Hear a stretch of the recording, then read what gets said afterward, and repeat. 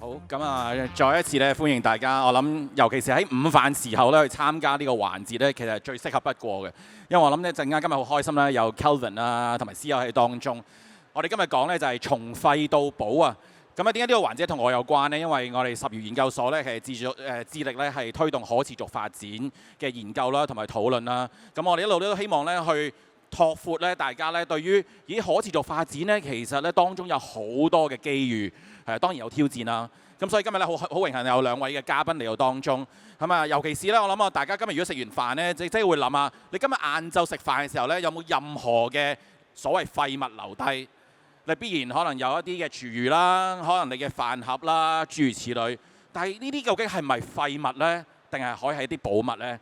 咁喺呢個時候咧，不如咧我哋先請咧兩位嘉賓，一息間咧佢哋先簡單講下究竟即係佢哋而家所做嘅即係所主理嘅企業啦，同埋佢有啲乜嘢嘅主要嘅一啲嘅產品啦。咁一陣我哋會再討論。咁不如先請 Kelvin 好唔好啊？多謝 William 啊。係啊，啱啱其實講出一個好重要嘅想法就係無論我啦同 CEO 啦，其實點解會做可持續發展嘅公司？其實一開始就係靈機一觸，就係心裏邊諗啊，我哋食完飯之後點解會有咁多嘢留低嘅呢？佢留低咗之後，又會去邊呢？即係會重複諗呢啲問題。咁可以簡單同大家介紹翻一下啦。咁我叫 Kelvin 啦，咁嚟自澳門嘅。咁我哋公司其實係做咩呢？我哋公司叫生物科技啊。大家見到嗰個生呢，其實就係讀生啦。咁但係呢個字都有啲特別嘅。其實係中國嘅古代嘅一個生僻字啦，代表住生生不息啦。其實我哋做嘅嘢其實就係希望用一啲綠色嘅再生科技啦，將好多唔同嘅嘢再生成為建築材料又好，或者我哋身邊嘅材料都好。咁其實我哋用得最多呢，大家應該經常會接觸到嘅，或者好多後生仔女每日都會一杯嘅，就係廢水。咁我哋廢水其實好多茶葉噶嘛，但係你杯廢水係見唔到有茶渣喺入邊噶嘛。其實我哋喺內地啦，就回收咗好多唔同品牌方嘅茶渣啦。咁呢個量係非常之大嘅。咁我哋就係利用呢啲茶渣，將我哋嘅綠色技術，將佢變成建築材料，或者佢哋嘅杯啊、碟啊等等唔同嘅材料應用到，造成一個 cycle。我哋希望係造成一個閉環嘅 cycle 嘅，即係我哋邊度用嘅，邊度嚟嘅就用翻喺邊度，跟住再消失喺邊度。咁其實我哋就係希望將呢個循環經濟嘅理念啦，帶到俾好多唔同嘅我哋嘅客戶又好，或者我哋消費者又好。咁其實大家都知道啦，呢幾年好耐，可能好耐之前個個人講環保，環保係啲乜嘢？但係其實呢幾年更加傾向咧，嗰個 terms 叫可持續發展啦。咁可持續發展其實同環保係咪會一樣呢？其實我覺得係做落嚟啦，我哋呢個行業又唔係嘅，又未必係嘅。因為可持續發展其實包含住好多唔同嘅嘢啦，無論個人嚟講嘅 mindset 啦，你對社會嘅企業責任係啲乜嘢啦，或者我對員工啦，其實都會有關係嘅。咁呢個正正我哋推動住呢個發展，可以幫助到更加多唔同嘅人可以更加實升落去，或者企業實升落去一個更加好重要嘅諗法嚟。我覺得呢個係一個 concept 嚟㗎，佢可以應用到係好多唔同行業，無論喺公司或者可能你讀緊書嘅，你學習都用呢個心態，其實你都可以實升到更加耐。咁我再簡單去講一講。咁其實我哋公司就自己從2018年開始做 R&D 嘅。咁我哋用咗好多年時間啦，去將好多唔同廢物啦，啱啱講到茶渣，其實我哋主要處理嘅係有機物。我哋基本上中藥渣啦，或者我哋飲完茅台嘅酒糟啦等等，我哋都會利用我哋技術去做轉化，咁都會通過我哋自己有一個 ecosystem 嘅系統啦。咁我哋點做轉化？咁簡單講少少 technical 嘅嘢啦。咁其實我哋用嘅係生物轉化，基本上例如我見到一個茶渣入到嚟嘅，咁我哋係利用咗一啲複合嘅微生物啦。我哋微生物係養過嚟嘅，即係佢有啲嘢會食。或者有啲嘢佢係唔食嘅，咁我哋養過嚟佢唔食嘅呢，就係纖維。咁我哋剩低嘅纖維呢，我哋叫一個纖維純化技術，係一個乾淨嘅纖維。咁我哋就會用翻呢個纖維呢嚟做翻好多唔同嘅產品啦，例如係一啲再上一頁啊，上翻一頁先。sorry 啊，例如係啲建材啦、建築材料啦，或者其他嘢。咁我哋公司係一開始18年開始係一間 startup 啦，而家慢慢開始將我哋嘅產品推到唔同世界各地啦。咁無論係我哋見到嘅好多知名品牌嘅喜茶啊、奈雪啊、Starbucks 啊等等，咁其實已經應用喺市場度㗎啦。咁都希望大家將來可以見得更加多啦。好多謝晒 Kelvin 啊！一陣間我諗我哋可以睇下，再睇翻佢產品嗰頁啊。我自己睇到嘅時候咧，哇！即係原來咧，如果你唔講咧，即係每一個即係產品當然有佢嘅故事，但係故事背後都係一啲咧好值得咧去分享嘅一啲嘅物料啦。咁啊當然啦，我諗講起產品咧，就不得不即係邀請我哋，即係我可以稱呼為前輩啊。CEO 喺呢一個範疇入邊咧，我聽你講話，當冇人做嘅時候你已經做，甚至咧嗰陣時仲要有人可能即係會打消你話嚇。點解你會做呢樣嘢㗎？你係比我哋成個行業咧領先好多。咁可唔可以俾大家即係都分享下，其實即係你喺呢個即係呢段啦咁多年嘅時間，其實你係即係所做緊一啲點樣工作咧？其實咧我都好擔心、好怕咧係點？我講我做乜嘢？因為其實我做嘅嘢咧係涉及到好多不同嘅範疇啦。其實我係一開始係做工廠嘅，咁我亦都係無印嘅供應商啦。咁啊，亦都我係開個鋪頭嘅，我係同 Pacific Coffee 咧喺香港係開過不同嘅零售啦。我係曾經係幫貿發局、太平洋咖啡係行 catwalk 喺銅鑼灣。咁就其實海港第一隻黃鴨咧係我收嘅。咁啊，我又幫 Panasonic 喺日本咧係做咗1年嘅 roadshow 啦。咁啊，呢一個咧亦都係幫呢個希慎有關商場嘅可持續同埋一啲銷售嘅一啲推動啦。咁我哋都幫一啲譬如酒嘅品牌呢個 LVMH 下面嘅 Cool 啦，去做一啲好特別嘅 thinking， 例如係話武器嘅香檳點樣去 serve 啦 ，Benz 啦。嗱呢一個咧就係一個好特別嘅 case 就話喂呢個係賣菜嘅喺澳門，咁啊我哋點樣同佢哋去 partner 啦？我亦都係 Levi's 嘅供應商嚟喎，71嘅新店喺澳洲嘅改良啦。咁亦都係我係喺中國裏邊咧第一個攞到漁網回收認證嘅工廠啦。我亦都 partner JP Morgan 係幫佢哋做好多可持續嘅一啲支撐啦。AE 黑卡嘅100週年嘅活動啦。雖然咧係有人揾我拍廣告喎，亦都有啲傳媒體嘅訪問啦。咁我真係實際上咧，我都幫好多例如好似孖人牌點樣去改良佢哋嘅餐具所使用嘅材料啦 ，Cuisine Art 啦，月餅嘅包裝啦。呢一個咧係運動品牌 Converse 佢哋嗰啲廢棄嘅運動鞋咧所連結起上嚟嘅一啲特別嘅產品啦。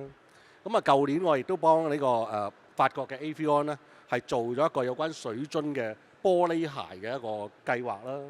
咁啊，而家係香港麥當勞好多使用嘅家私咧，亦都係我哋工廠嘅供應啦。呢個係幫太古地產喺北京 Indigo 商場裏邊嗰啲環保教育場嘅一啲諗法同埋生產啦。咁啊，最近我哋都幫呢個太古喺呢個廣州去改良佢哋有關嗰個燈飾。咁啊，呢個係啱啱仲新嘅，就係呢個禮拜將會開張嘅新秀麗嘅可持續嘅店鋪嘅裏邊嘅物料啦。咁啊，我哋都係香港政府建築署裏邊嘅認可嘅承建商同埋供應商。係呢一個咧係我哋喺金鐘龍和道政府總部出邊嘅一個公廁嘅項目啦。咁啊，講完我。哇！嗱，CEO好輕描淡寫啊！你見到頭先我諗我個每一個品牌咧，我諗我哋大家都既有自己去親身去體驗過啦，但係原來發覺哇，即係一陣間我哋都會傾到啊。其實同品牌合作，係看似開心嘅事，但係當中有好多挑戰。咁一陣間我哋會講到品牌部分，因為我諗我哋呢個環節咧，其實我哋分幾部分啦。先我諗即係點解可以同品牌合作？咁當然咧，源自於一啲研發啦。點解你哋喺當中去揾到呢個即係技術啦，可以從中咧去俾到個信心一啲嘅品牌同你哋去合作？咁我諗不如先可能去翻 Kelvin 度啦，即係我諗知道，譬如最初我知道你一開始去揾嘅，你唔係周圍去揾喺啲茶店度收茶渣，你係一去咧就去最大嗰度就收。咁你當其時喺研發嘅過程，或者你點樣再去說服呢啲同你嘅伙伴咧去做到呢種合作咧？好啊好啊，呢個問題好諗起好多心酸啊！唔緊要，今日台下都係好多我諗初創啊，都係知道好多心酸嘅故事可以分享。呢經驗其實一開始我覺得係因為冇諗太多嘢，係啦，就係因為唔係諗得太多嘢，係因為冇諗太多嘢，比較大膽先開始去嘗試呢件事。因為其實前邊冇太多人去做過啊嘛。咁其實 CEO 嗰方面一開始已經有關注前輩啦，係啊，睇咗好多。咁其實都知道自己想做啲咩嘅。咁點同品牌合作？因為一開始我哋研究嘅時候，我哋唔單單係茶渣嘅，其實我哋乜都收嘅。一開始我哋花草又收啦，廚餘又收啦，中藥渣又收啦。咁點解出咗茶渣呢樣嘢呢？咁因為我覺得我哋要做一間可持續嘅公司，一定係需要有商業模式，能夠揾到錢、賺到錢，客戶 buy 嘅時候，你先能夠做到噶嘛，你先能夠持續到落去嘅。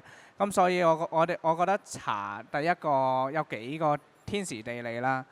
我哋做嗰陣時係咁啱內地嘅茶飲行業開始爆起嘅時候，見到排隊啦呢啲。咁第一個有需求啦，另外有話題啦。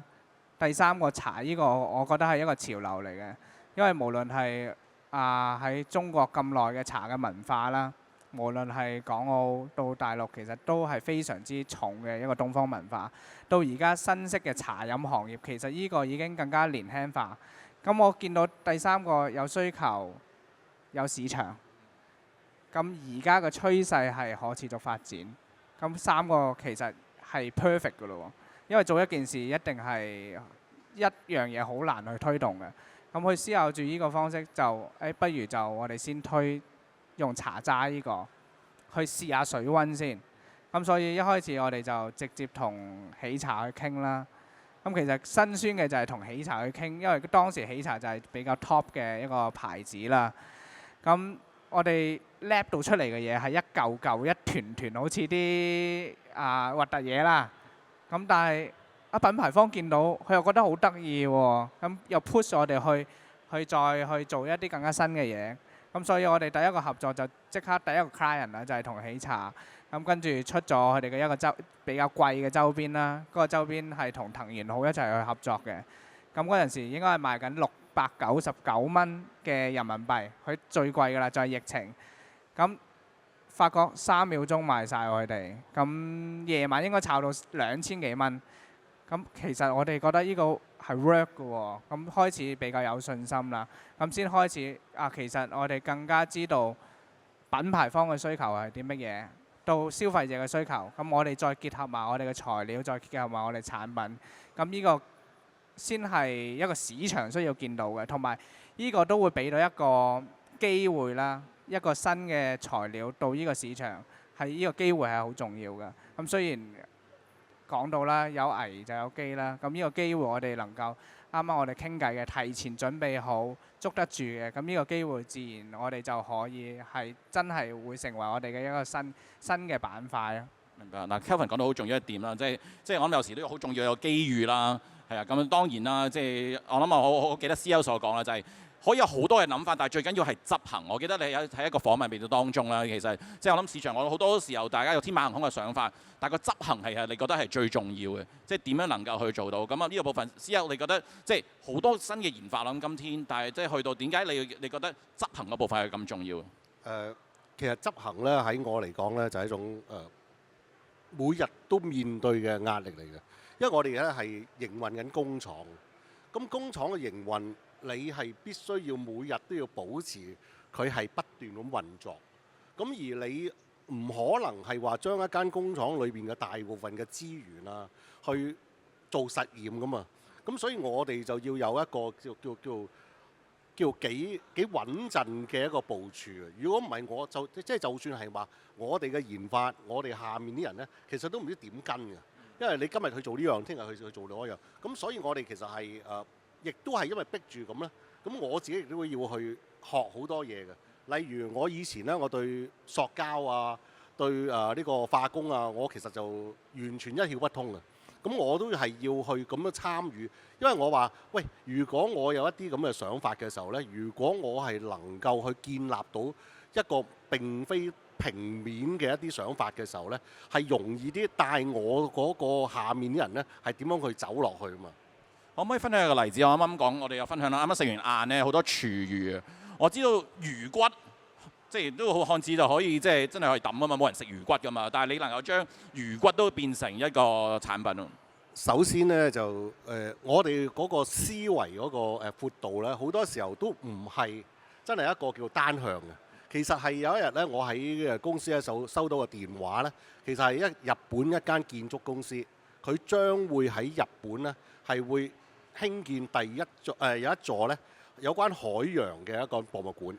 咁佢話我喺個網上面見到你嘅產品呢就好有趣，咁你可唔可以同我去諗一諗？咁喺我嚟講呢，我就覺得都唔係一個好大、好高難度啊，因為魚骨我之前已經係處理過。咁但係我出到嚟嘅產品呢，佢就話：喂，唔夠視覺性喎，因為呢間博物館行入去嘅時候呢，除非我真係寫個大字，呢個牆係魚骨做嘅磚咁樣。咁我開始去諗，咁亦都係因為好多朋友網絡啦。當時係山東海洋大學呢，咁有一隊團隊呢，原來啱亦都喺呢個即係嗰個山東渤海出邊呢，係研究緊點樣飼養呢人工三文魚嘅飼養。咁亦都係同佢嘅團隊呢係溝通嘅時候呢，我哋發覺呢，因為我曾經試過用大馬蝦魚嘅，咁但係呢就發現呢。三文魚佢所做出嚟嘅顏色啦，佢係有一啲好似中國水墨畫嘅一啲色嘅墨彩喺度。咁所以呢一個呢，亦都係叫做都係一個叫機遇同埋一個叫網絡嘅一個結合咯。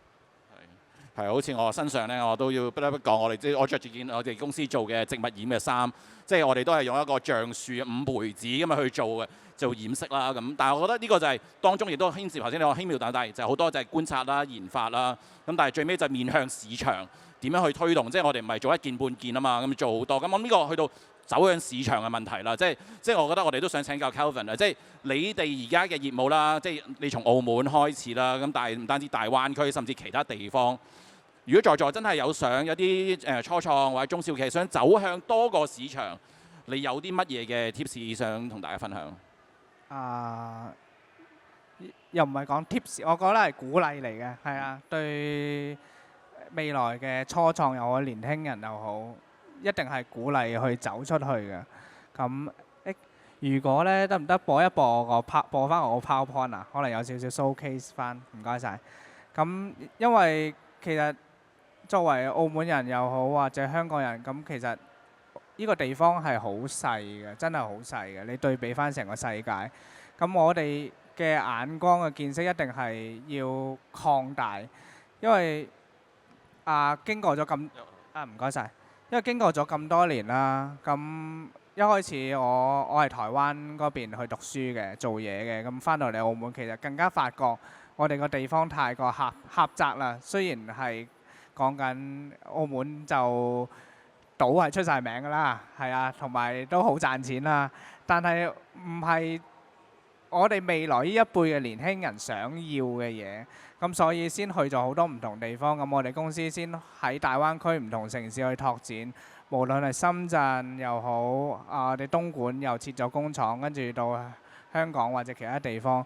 咁但係呢幾年個經驗呢，俾我發覺咗，以前呢咪好多前輩或者朋友仔都會講，我要去出邊創業，一定係要跳出我嘅舒適圈嘅。咁我真係諗住咁樣去試嘅，咁所以先去咗好多唔同地方去試，但係發覺呢係跳到出去啊，但係有啲辛苦喎，因為開始有家庭、有小朋友，咁有好多嘢負擔，咁反而我覺得我個心態唔應該係咁樣，我應該係要融入嗰個地方，去擴大我嘅舒適圈。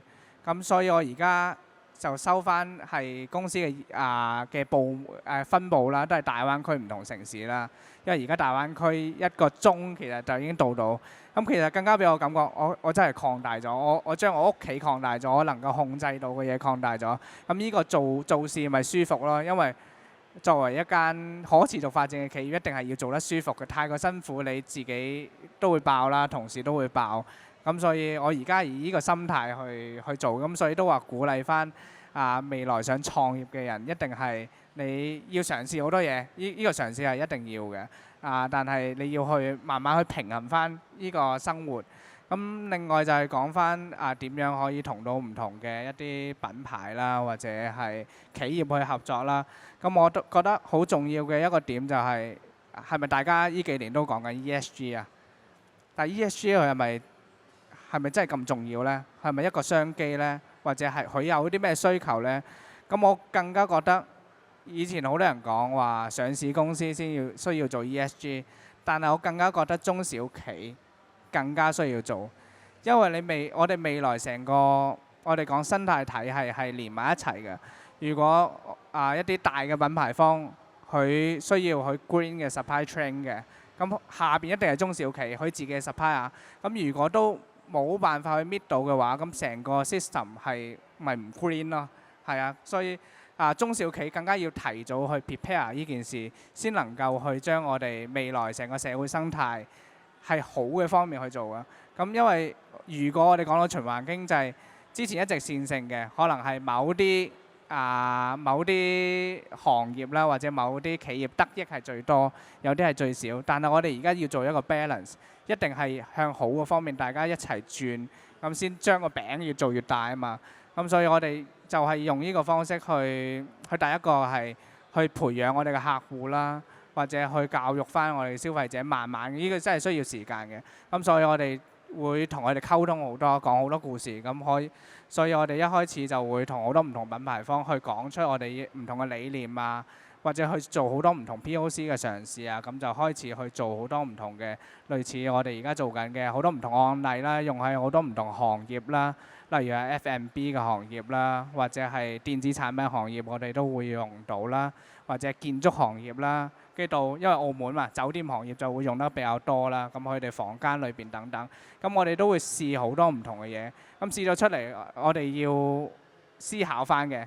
咁同埋我哋需要好多 partnership 嘅關係。一定我哋而家做嘅咁新嘅行業，一定係需要前輩啦，或者各方面嘅一個合作，先有機會可以加速呢件事嘅。好多謝 Kelvin， 我見到時間所限啦，我諗最後一部分我諗請 CL 啦，即係我諗今日個題目係從廢到寶啦。咁我諗當中大家都係好努力去揾緊機遇。喺你心目中有冇咩係廢物啊？就或者嚟緊有冇啲部分係大家覺得應該有啲空間呢，真係可以再拓展咯。當然啦，就我哋嗌口號咧，就可以話，喂，我哋希望將所有嘅廢物都能夠解決啦。但係喺現實世界咧，佢始終呢一個行業咧，佢都係要歸類喺科學上面嘅一啲證據啦、支持啦、測試啦。咁其實你話正話你都提及到廚餘啦，其實我好強調，我大部分嘅產品咧都同廚餘無關嘅。其實係同嗰個食物殘渣有關，因為我哋去收取呢啲物資嘅時候呢，其實嗰個成本呢，其實都係非常之重要嘅一個環節嚟嘅。咁所以我哋即係當然，我哋都希望我哋能夠解決好多問題啦。咁希望嚟緊嘅 AI 年代，我哋真係可以即係跌入去另外一個新嘅一個即係嗰個環境裏邊咯。我諗好，再一次多謝兩位啦，嚟到今日呢個環節。我諗即係呢個題目呢，我諗都係一個好有趣嘅題目。我諗我亦都係俾我哋在座咁多位啦，嚟緊可以留意下，原來唔同嘅品牌背後啦，其實都有好多嘅即係中小企啦，或者有啲真係即係苦盡腦汁係點做。咁我諗當中就係點樣可以大家一齊去做到一個更加可持續發展嘅未來呢？咁啊，再一次多謝兩位嘅時間，多謝兩位分享。